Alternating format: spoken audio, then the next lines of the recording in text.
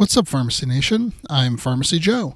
Thank you for being a listener of the Elective Rotation, a critical care and hospital pharmacy podcast. This is episode 443.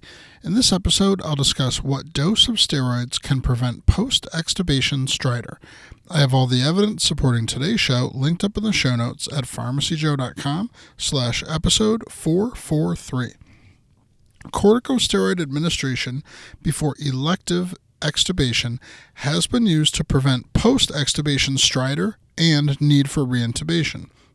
Multiple steroid regimens have been studied to prevent post-extubation stridor and reintubation, but no one regimen has been proven superior.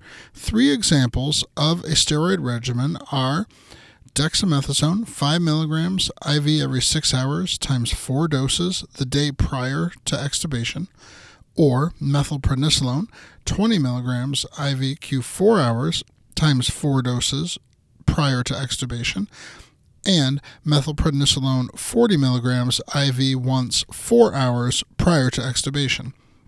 The authors of a recent meta-analysis concluded administration of prophylactic corticosteroids before elective extubation was associated with significant reductions in the incidence of post-extubation airway events and reintubation, with few adverse events. It's reasonable to select patients at high risk for airway obstruction who may benefit from prophylactic corticosteroids. The risk ratio in this meta-analysis for post-extubation airway events and reintubation with steroid use was 0.42. You can get my 6 tips for pharmacists responding to codes and medical emergencies in my free download area at pharmacyjoe.com/free. It's download number 16 on the list. Thank you so much for listening. I'll see you in the next episode of the Elective Rotation.